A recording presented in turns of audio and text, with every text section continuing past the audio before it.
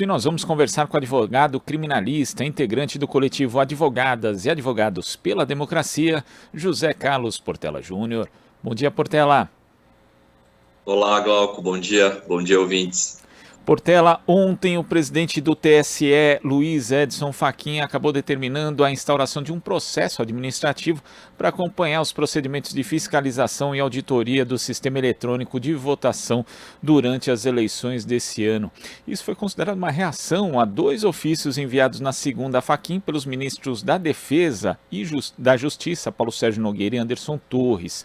Torres informou ao presidente do TSE que a Polícia Federal vai participar da fiscalização das urnas eletrônicas, podendo usar inclusive programas próprios para isso, e Nogueira pediu uma reunião exclusiva entre técnicos das Forças Armadas e do TSE para tratar da parte operacional das eleições, segundo o ministro, a fim de dirimir eventuais divergências técnicas e também discutir propostas apresentadas pelas Forças Armadas.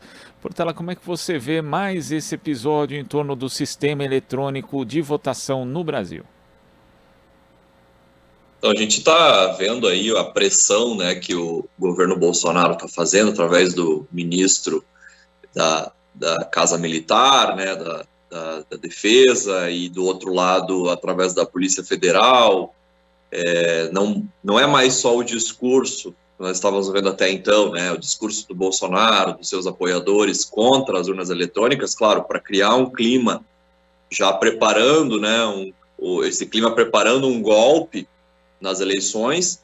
Agora do discurso já se passou a ação, né, e a gente vai observando aí, por exemplo, a Polícia Federal sempre fiscalizou as eleições, né, isso faz parte do jogo institucional. Agora, o que muda é esse discurso de não, nós vamos fiscalizar, mas nós vamos agora usar um sistema próprio, quer dizer, porque nós desconfiamos do sistema da justiça eleitoral, é uma desconfiança que foi plantada pelo próprio Bolsonaro e seus seguidores.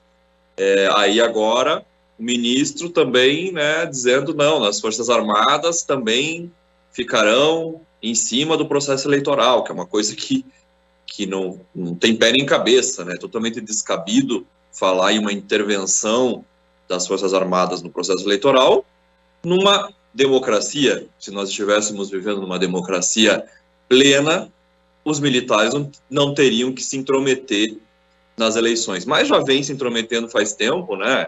Lembrando que em 2018 mesmo, os militares, os seus cabeças, né, generais, faziam declarações ameaçadoras, ameaçando que se o presidente Lula fosse solto, que se o presidente Lula ganhasse as eleições, haveria aí uma ação mais pesada das forças armadas. E eles não desistiram disso, né? Eles acabaram conseguindo, né, através da Lava Jato, através do seu fantoche Sérgio Moro, tirar o presidente Lula das eleições, deram um golpe, portanto, nas eleições de 2018, e agora pretende dar um novo golpe, usando desse argumento que é um argumento fajuto, porque já se provou por A mais B que as urnas eletrônicas são confiáveis, né? E essas pessoas não trouxeram até agora, Bolsonaro, seus apoiadores, ministros da Defesa, enfim, não trouxeram nenhum elemento concreto que demonstrasse que o processo eleitoral estaria em perigo por conta das urnas eletrônicas. Nada, apenas um discurso falacioso que tem como finalidade mesmo criar esse clima de desconfiança, né, por uma parte da opinião pública, para justificar futuramente, caso o Bolsonaro não ganhe as eleições, para justificar um golpe. Então, e esse discurso, veja que emplacou, né, na Bolívia, quando teve o golpe ao Evo Morales, na Bolívia, quando ele concorria ao 4º mandato, se alegou isso, que o processo eleitoral da Bolívia foi corrompido, inclusive com apoio da OEA.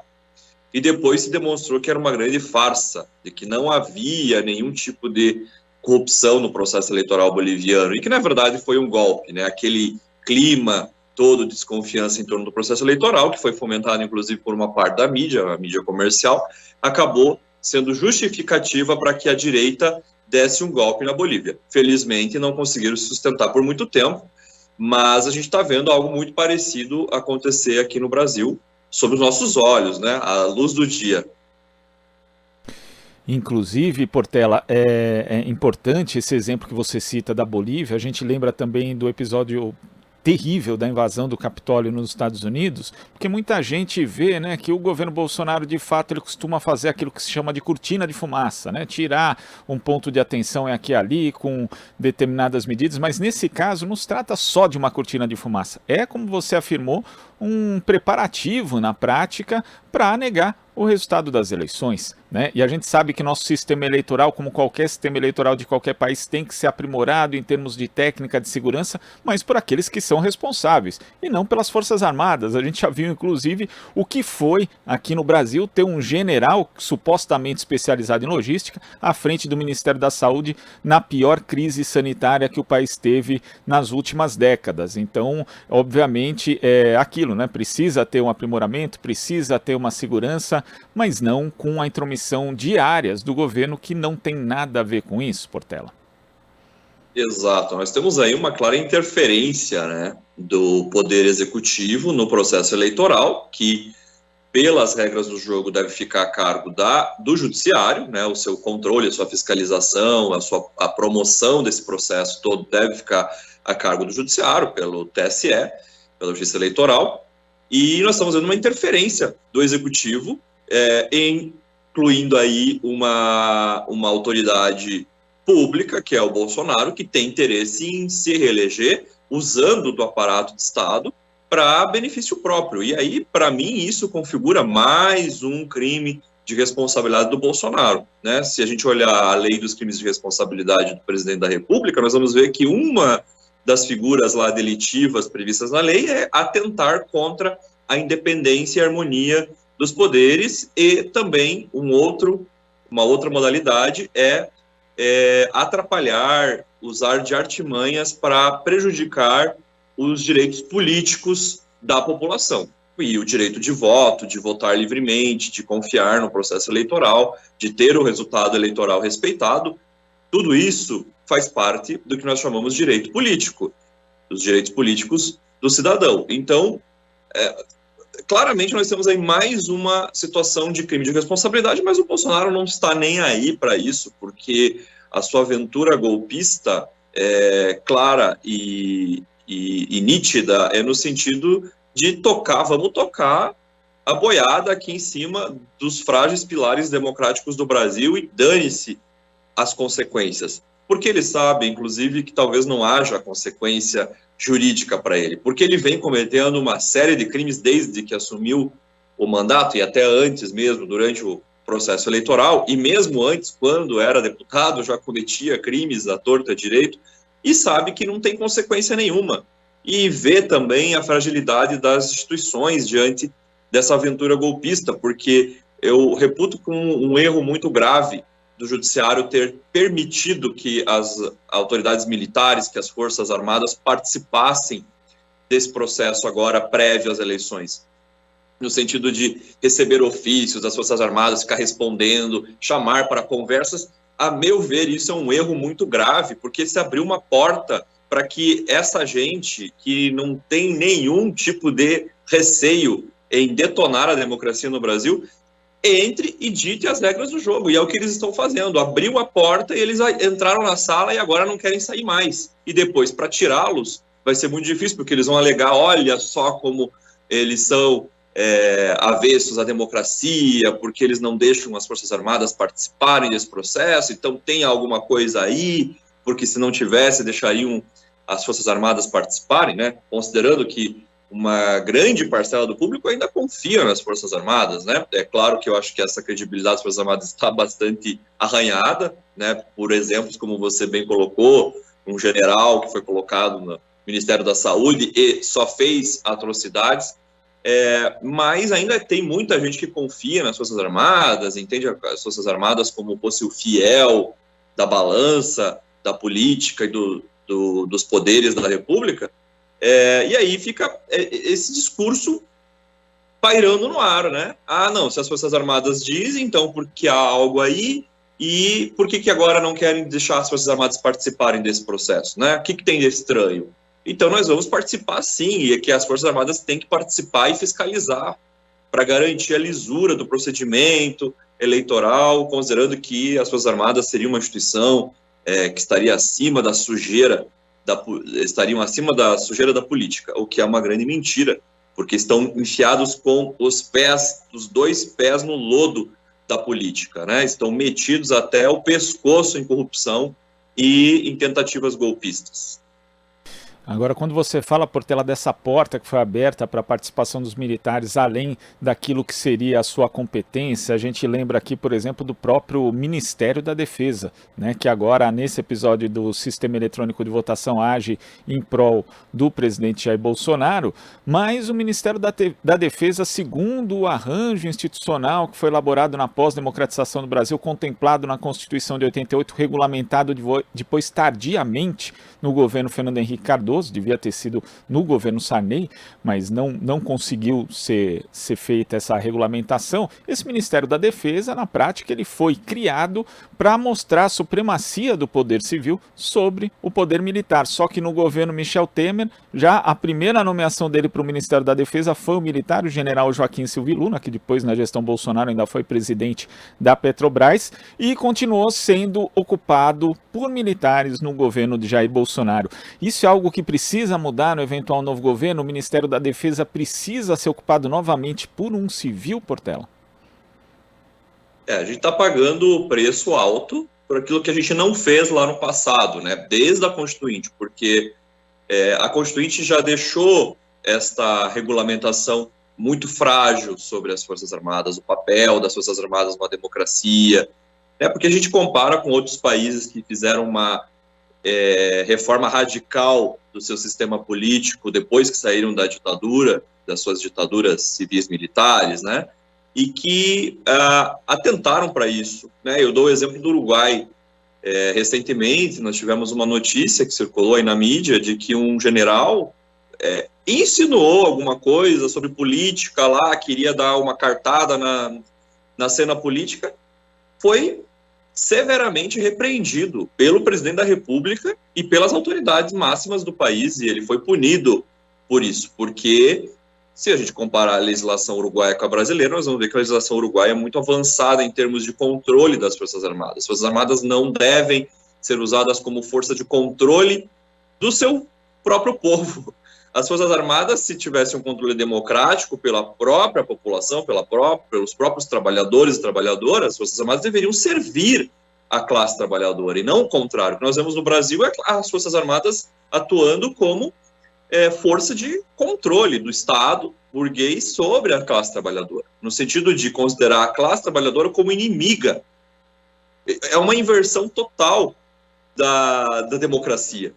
E aí nós vamos avançando no tempo, e aí chegamos agora nesse ponto em que nós temos um militar como ministro, né? Já no governo Temer, como você colocou, já aconteceu isso, agora, obviamente, no Bolsonaro iria acontecer, um militar que vai cuidar das próprias Forças Armadas, isso dentro de um marco que seria democrático, que exigiria que um civil ficasse nessa posição para fazer o controle, né, democrático das Forças Armadas. Na verdade, o ministro da Defesa, quando é militar, ele vai atuar como um lobista dos interesses das Forças Armadas, é claro. Ele vem das Forças Armadas, ele está em contato com seu círculo, né, de colegas de farda, ele vai apenas pautar no Ministério da Defesa os interesses de classe, os interesses desta casta de privilegiados, de generais, né? Porque, claro, temos uma massa muito grande de militares, mas que não tem esses privilégios, mas quem manda, quem pauta as questões nas Forças Armadas são esse pequeno núcleo, essa casta de privilegiados que chegam a ganhar 80 mil reais, 90 mil reais por mês, né? Estão ganhando muito dinheiro agora no governo Bolsonaro, o generalato, né, que se beneficia dessa política de militarização do Estado brasileiro. E aí também uma outra questão, que nós temos hoje no Brasil, parecem que tem aí umas divergências em termos de número, mas as pesquisas recentes mostram que temos mais militares no governo hoje do que nós tínhamos durante a ditadura civil-militar. Governos ocupando espaços absurdos, como no Ministério da Saúde, militares ocupando espaços, por exemplo, no Ministério da Saúde, em postos de administração pública que não tem nada a ver com atividade militar, estão lá, dando as cartadas. Não só os militares das Forças Armadas, como também militares das polícias militares, né? Lembrando que foi nomeado até um PM, né, não sei se é um coronel da Polícia Militar, para comandar a questão agrária no Brasil. Então, quer dizer, olha que nível a gente chegou de degradação da política, da degradação do Estado burguês, né, que claramente se militariza para proteger os interesses da burguesia através da força, através das armas, contra a classe trabalhadora. É uma inversão total, completa, absurda da democracia. Agora, Portela, para a gente concluir, eu queria que você abordasse outro assunto, né, que não está relacionado com esse diretamente, mas com algo que você sempre tratou aqui no Jornal Brasil Atual, que é a Lava Jato e os efeitos que ela tem no nosso sistema de justiça, que é o caso que assim, não dá para definir só como escabroso, talvez seja mais que isso, mas da juíza que acabou impedindo a interrupção da gravidez de uma menina de 11 anos em Santa Catarina, uma gravidez fruto de um estupro. Né? Nesse caso aqui, algo que foi um pouco destacado, inclusive pela mídia de uma forma geral, foi que essa interrupção de gravidez havia sido autorizada por um juiz, mas a integrante do Ministério Público, a promotoria, pediu para que esse caso voltasse para a competência dessa juíza, justamente para impedir essa interrupção da gravidez, impedir o aborto legal.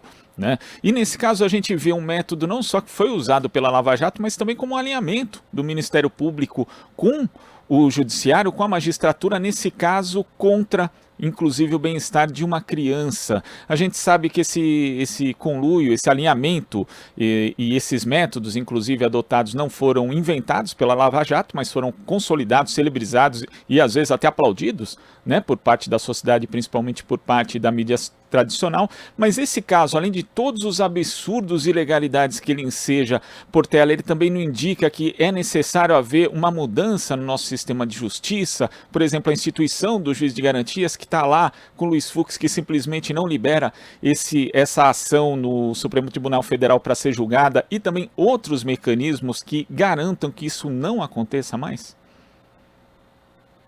Cada dia a gente vê essas ações escabrosas, essas violências organizadas pelo Judiciário, pelo Ministério Público, diário, né? Então, eu fico me perguntando até quando a gente vai aguentar isso, porque nós estamos, assim, à beira do precipício no Brasil, porque, de um lado, nós temos o Executivo trucidando o povo, passando o trator em tudo, né? Desde o meio ambiente até a saúde, até as políticas de emprego.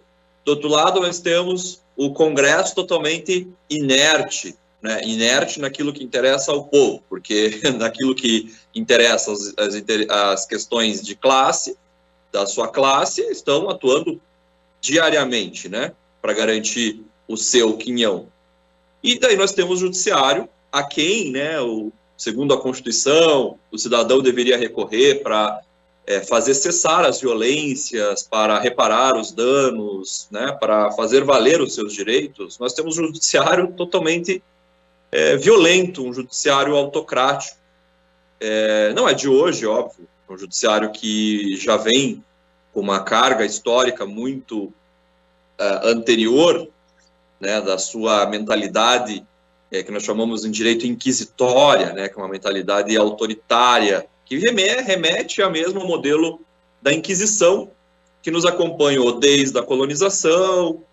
Nós tivemos a mudança de regime para a República, Estado Novo, Getúlio Vargas, chegamos à ditadura militar, saímos dela e nada se fez de maneira estrutural para que se mudasse esse estado de coisas no judiciário. Muito pelo contrário, nós tivemos, inclusive, em alguns períodos, mesmo da chamada redemocratização, nós tivemos,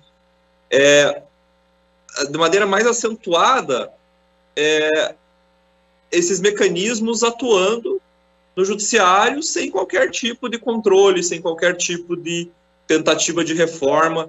né? Então, seja pela forma como se escolhem os juízes da Suprema Corte, como se escolhe o Procurador-Geral da República, nós já falamos aqui em outra entrevista, seja pela forma como se faz um concurso para juízes, né, de primeiro grau, chamados juízes de primeira instância, a forma como se chega aos tribunais de apelação, né, que a gente sabe que são escolhas extremamente políticas, que não tem nada a ver com meritocracia, eles dizem que tem, mas é uma grande farsa, porque você vai ver no Paraná aqui, por exemplo, usando como um exemplo, são famílias e famílias que dominam o tribunal de apelação desde a primeira instância, aí sobe para o tribunal, é o mesmo sobrenome, é o tio, é o sobrinho, é o vô.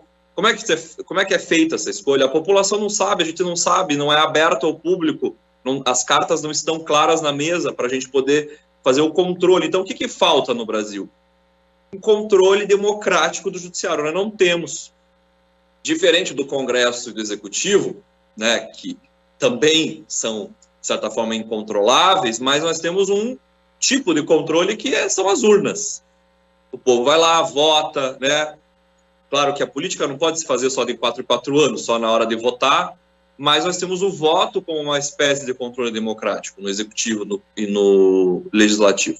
Agora, no Judiciário, não. O povo não decide quem é juiz, se o juiz sai, se o juiz não sai, que tipo de benefícios os juízes devem ter na sua carreira, a questão do salário, da remuneração, né, se a atuação está deficitária, se a atuação está equivocada, enfim, se ela é criminosa. Não se tem controle externo do judiciário. E quando se tentou fazer o controle externo pelo CNJ, que foi uma criação do governo Lula, foi uma gritaria dos juízes. Foram contra, gritaram, espernearam, e eles esvaziaram o CNJ. O CNJ hoje virou um cabidão de emprego. Não faz nada. Volta e meia se denuncia o CNJ, aquela violência, aquela outra, não acontece nada. Veja o que aconteceu, um exemplo, né, bem clássico, é o do Sérgio Moro, enquanto foi juiz. Quantas e quantas reclamações foram feitas no CNJ contra o Sérgio Moro? Alguma deu certo? Nenhuma. O CNJ arquivou todas.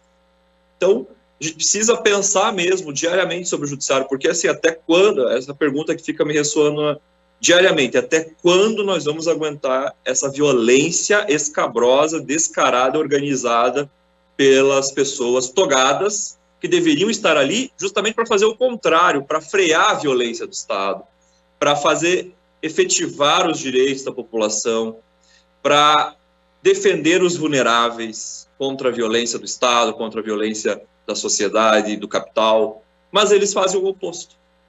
Então, uma questão importantíssima que eu reputo para pensar por uma reforma urgente é um modelo em que nós tivéssemos um controle democrático verdadeiramente do judiciário por pessoas que são de fora do judiciário, não pelo próprio judiciário, juízes controlando juízes, não. O povo, a população, a classe trabalhadora controlando o judiciário através do mecanismo de controle democrático. Esse é um começo da história. Mas aí teríamos muita coisa para falar que não daria tempo. Mas sem um controle, já é algo que é uma porta aberta para todo tipo de abuso. É muita coisa para falar, Portela, mas nós vamos voltar a falar porque isso é fundamental, essa discussão a respeito do sistema de justiça brasileiro, que também deve estar presente, inclusive, nesse processo eleitoral de 2022. Portela, muito obrigado pela sua participação aqui no Jornal Brasil Atual de hoje. Até a próxima. Eu te agradeço o convite. Bom dia, bom trabalho. Bom dia. Conversamos aqui com o advogado criminalista, integrante do coletivo Advogadas e Advogados pela Democracia, José Carlos Portela Júnior. Você está ouvindo Jornal Brasil Atual. As notícias que os outros não dão.